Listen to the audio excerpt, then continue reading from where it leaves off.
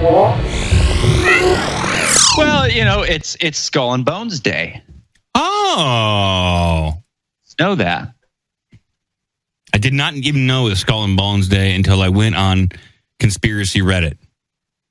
Yeah, so it's Skull and Bones Day. I believe the Brussels airport bombing happened on March 22nd. I was going to celebrate by hazing people, by tarring and feathering people randomly on the street and making them run around a house with their pants around their ankles. Mm-hmm. Yeah, shove a little plunger up their butt and just point and laugh kind of stuff. That's how I celebrate. But go on, please. Oh, so there was a little terrorist attack or something in the UK today. I don't know, something went on. You might want to tell people what happened for anybody who doesn't know. So apparently some dude mowed people down and some shots were fired outside of Parliament. They got the Prime Minister out of there in some, unmarked police vehicle or something. So this is a whole to-do. It's a confirmed terrorist attack in England. Yeah, they reported it was this one guy, and then they said, no, it couldn't be that guy because he's in jail. I'm still not sure exactly who it is, but they said, Drudge, of course, being as sensational as he is saying, jihad at UK Parliament, cop stab, pedestrians mowed down. And so he's got, all this stuff on the Drudge Report right now, but it's basically saying that there's a knifeman terrorist in London, and 5 people so far have been killed. So another terrorist event. Man, that's quite a bit for England in one fell swoop. Well, yeah, and the mayor is saying it's like the cost of living in a city is you have to endure terrorism, and he's the first Islamic mayor, I believe, of London.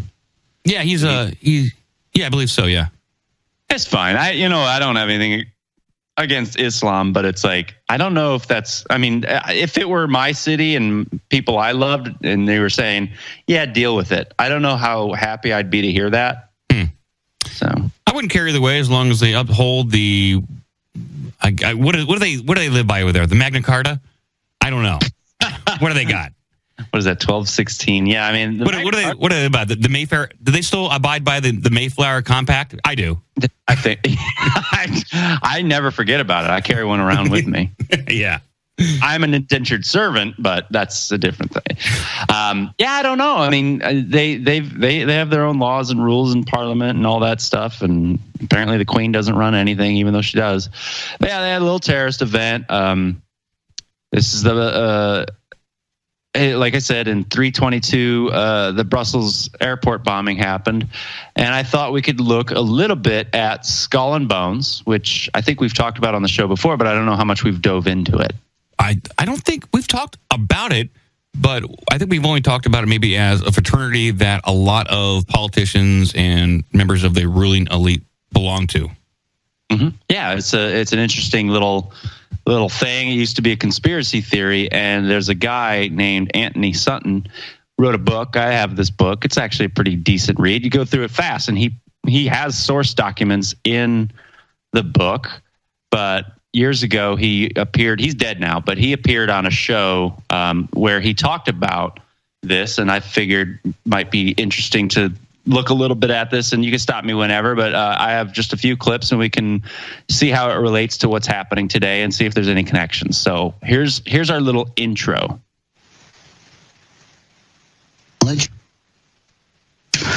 Well, up to 6 months ago, I denied that there was a conspiracy because, frankly, I couldn't prove one. I suspected a conspiracy, but I couldn't prove there was one until 6 months ago. Well, a little before 6 months ago, I received the catalog, which is the membership list of the society, all the way back to 1833. And I received some of their internal documents, enough for me to put together the way they correspond with each other, the operations within the order, to some extent their problems, and to some extent their objectives. Can you hear that all right? Yeah, it's hard to understand him. I don't know if he's drunk or, has an accent. Yeah, I think he has an accent. Yeah. Okay. But he also could be drunk, too. Old guy. He could be drunk, yeah. I would be drunk if I had all this information. So he's got a lot of information on what, Skull and Bones? Yeah, he has. So apparently he was sent anonymously this just a box of information. The story is pretty interesting when you look at Anthony Sutton. This guy wrote a lot of books. He wrote Wall Street and the Rise of Hitler. You know, he looked into history where a lot of people were afraid to look. He's the guy who kind of found out that it was the Bushes who were funding the Nazis and Brown Brothers Harriman and all that stuff. And all that stuff kind of ties into Skull and Bones, and the Nazis all tie into that stuff. But you see, he's talking about 1833, you know, so that goes back quite a while. Like, this is a secret society that, as we'll get to later, is still around, still prevalent, and still matters. And the 322 relevance is kind of why I thought it might be fun to look into this stuff. So here's why we look at the significance of 322. If I can get it to load. It sounds like. Yeah. Why 322? There's several theories for this. One is that the order originated with Demosthenes, the Greek, in 322 BC. That's one theory. Another one is that it stems from the founding date in the United States, which was 1832. So really we have the last two numbers, 32, the second chapter founded in 1832. The skull and crossbones are prominent in their ceremonies, initiation ceremonies. So the logo, for people who don't know, is a skull and crossbones with the numbers 322. You'll see this when you do, like, this is one of those rabbit hole opener things where you're kind of like, I don't want to believe it. I don't want to believe it. I don't want to believe it. But then, like, the more you look into it, you're kind of like, well, shit, it's kind of hard not to believe it now. There's a lot of, so to go back to what happened today with the terrorist attack in London on 322, and then there's one last year in Brussels on 322. You have the Skull and Bones symbol or numerology 322. Is it just a coincidence, or is Skull and Bones using these terrorist groups to send some kind of signal to somebody? It's interesting. And you know, if you get into that sort of the esoteric things around conspiracy lore, there's a lot there. Like, even the owl on the dollar bill and the shape of the owl and the owl in a Moloch and all that stuff with Bohemian Grove. Like, obviously symbolism matters to these people. Yeah, so, I think numerology, astrology does. I think it does matter. I think they do believe in some sort of form of magic. Yeah. I know Greg Carlwood of the Higher Side Chats podcast. He goes pretty deep into that kind of stuff. It's hard for me to wrap my head around sometimes because I don't live in that world. It'd be much like if you like walked into a room and everyone's playing Magic the Gathering and they're talking this sort of lingo and language, or able to communicate because they know exactly what's going on because they're in that community. We're not in that community of ruling elites and Skull and Bones, so we don't know. We can't even really scratch the surface of what they mean. We can only guess. It's like when I hear people talking, they're Pokemon Go players, and they're saying all these things, and I'm like, what country am I in right now? I have no idea what you're talking about. What the hell is this? Yeah. So anyway, he gets all these lists of names, and it's names for several years, and he describes the whole thing. It's basically 15 people in their junior year are selected.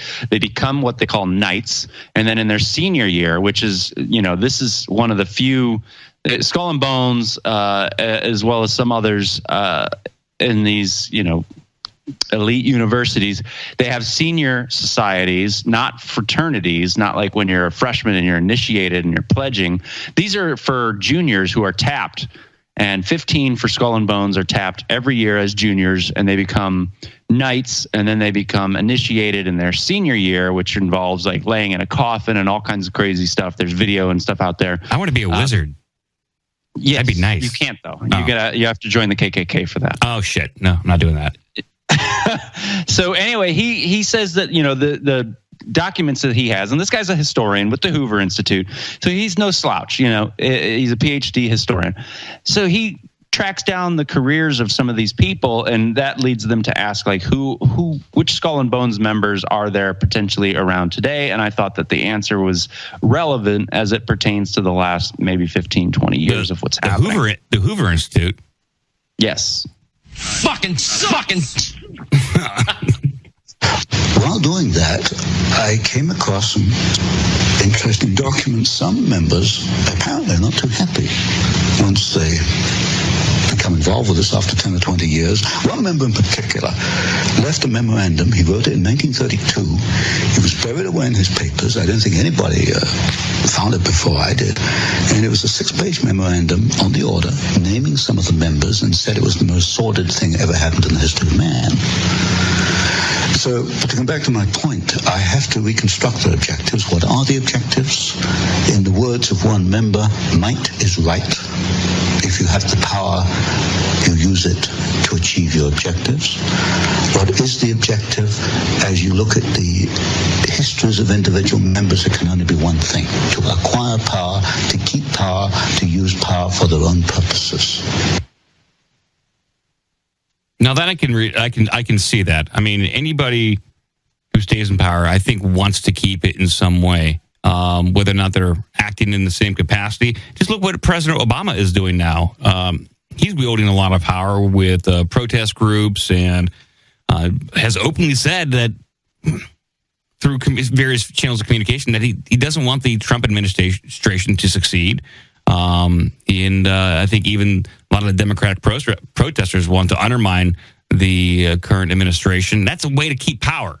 I mean, obviously he maintains power in some way, especially these ruling elite people. They want to keep their power in any shape, in any way they can. Makes sense. Yeah. So that's you're talking about, like, that secret shadow government that has been alleged for Obama to be running inside of DC, where he's got everybody who basically worked for the Obama administration coming up to his house, and they're supposedly running secret ops. And today we actually have evidence that, in fact, Trump was spied on by the Obama administration. One of the House of Representatives, I have that clip if you want to get to that, but I don't want to get too far away from the Skull and Bones thing, because I have one more clip of Anthony Sutton. His book is about Skull and Bones. He's got a lot of good stuff out there, really good historian. So this is where we get into Jeff's favorite thing, the Hegelian dialectic. He loves it. But this is how this is where it becomes relevant. Today, two men stand out. One is Averell Harriman, who is the chief financial angel of the Democratic Party. The other is Vice President George Herbert Walker Bush. The Bush family is quite prominent within the order. Now, if you go back in history a little, you'll find... Oh, shit. Oh, no, Joe. That's really all we really need from that one. Because what I want to get to is, so basically you had the top Democratic financier, Harriman, who's heir to Brown Brothers Harriman, which is one of the firms that was responsible for funding the Nazis and making sure that Hitler got to power. So this guy is the top Democratic financier who is apparently neck and neck opposed to George W. Bush. Both of them were in the order. I like that the fact that they call it the order. Yeah, and they're called knights and patriarchs and all that stuff. So then when we look at the 2004 election, we had this very interesting scenario that led to the death of one of America's top newsmen. And I don't know how many people remember this. You were both in Skull and Bones, the secret society. It's so secret we can't talk about it. What does that mean for America? The conspiracy theorists are going to go I'm wild. sure they are. I don't know. I haven't seen the rest. Number 322? First of all, he's not the nominee. And look, I look forward. Are you prepared to lose? No, I'm not going to lose. You both were members of Skull and Bones, a secret society at Yale. What does that tell us? Not much, because it's a secret. Is there a secret handshake? Is there a secret code? I wish there were something secret I could manifest. 322, a secret number? There are all kinds of secrets, Tim, but one thing is not a secret. I disagree with this president's direction that he's taking the country. We can do a better job, and I intend to do it. And we'll be watching. Be safe on the campaign trail. John Kerry, thanks for joining us. So this is Tim Russert. Yep, Tim Russert. Interviewing Bush and Kerry on separate interviews. And then shortly after all this happened... I'm Tom Brokaw, NBC News, and it is my sad duty to report this afternoon that my friend and colleague, Tim Russert, the moderator of Meet the Press and NBC's Washington bureau chief, collapsed and died early this afternoon while at work at the NBC News Bureau in Washington. Yeah, so I'm trying to figure out exactly when Russert died. He died June 13th, 2008. Mm-hmm. So I'm not sure. Look, he asked some pretty interesting questions there. I'll give Timmy that he really kind of wasn't like an immediate thing. It wasn't an immediate thing, but he definitely poked him. That's it. I would say for poking people, he was pretty bold by saying the number, talking about this. And kudos to good old Timmy Russert for doing that. But he died about less than maybe a year later than from asking those questions. No, if it was in 2008, it would have been about 4 years later. Oh, I'm sorry. You're right. I'm sorry. I was thinking of the 2000 election. Yeah, 4 years later. But, it's the same thing with Podesta and Breitbart and everything else. Breitbart didn't die immediately after accusing John Podesta of being a pedophile. He died months and months and months later of a heart attack. I think Tim Russert eventually. Does it say what he died of? I think it was a heart attack. Let's see here. Correspondent. I'm going to look for it right now. Because I just want to share this clip. Also, I had to find one time. They wanted me to find out if there was such a thing as a poison that was undetectable, especially one that seemed to mimic a heart attack, that would kill someone, but it would appear that they had a heart attack. I did find such a thing. Does this pistol fire the dart? Yes, it does, Mr. Chairman, and a special one was developed which potentially would be able to enter the target without perception. The poison was frozen into some sort of dart, and then it was shot at very high speed into the person. So when it reached the person, it would melt inside them, and the only thing would be like one little tiny red dot on their body, which was hard to detect. There wouldn't be a needle left or anything like that in the person. So this is a heart attack gun. This is a 1975 congressional hearing. The church committee we've talked about on the show before.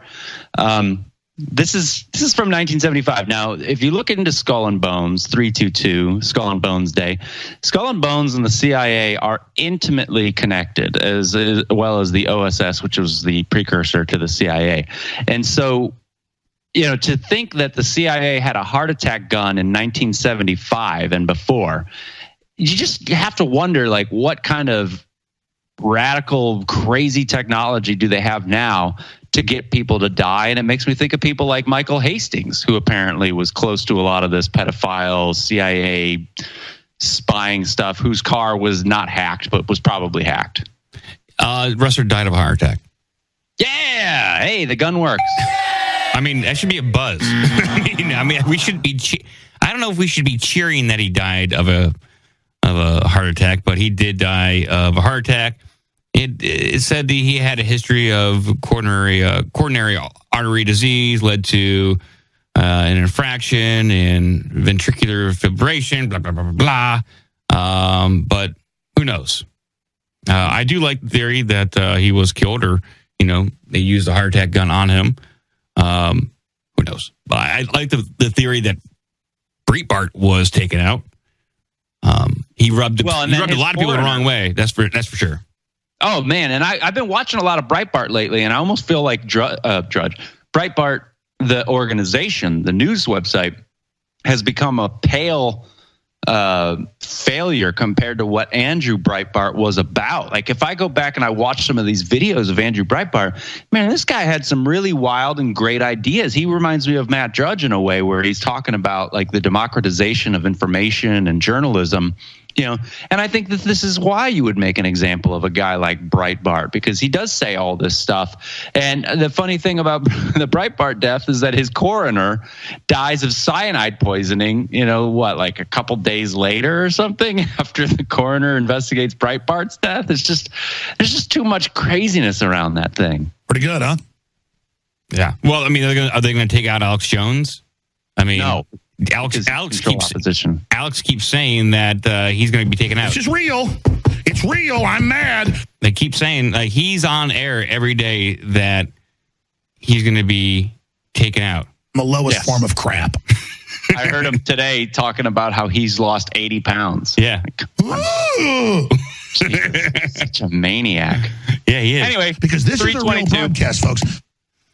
I love this skull and bone stuff. I love the numerology and the symbolism, all this kind of the dark underbelly of the ruling elite and Bohemian Grove stuff, and it hasn't been really talked about too much lately. So I'm glad it's being brought up again. Yeah, this is the deep parts of the rabbit hole. It's easy to look at the top level and go, yeah, it could be a conspiracy. But when you go back, look into this. I mean, the history of skull and bones in general, there's Wikipedia stuff on there. It gets pretty conspiratorial even on Wikipedia. But when you look at people like Anthony Sutton, man, you get some really interesting connections with, who's helping who and the Hegelian dialectic and all that stuff. That clip didn't play. I accidentally closed the window before it got to it. But he basically says that when you have John Kerry versus George Bush, or in that case that he's describing, Harriman versus Bush, they're basically setting up two different opposition points so that they can go for the planned merge of what they actually want. So, interesting. Yeah. It's all bizarre to me. I love it. I'm scared of it.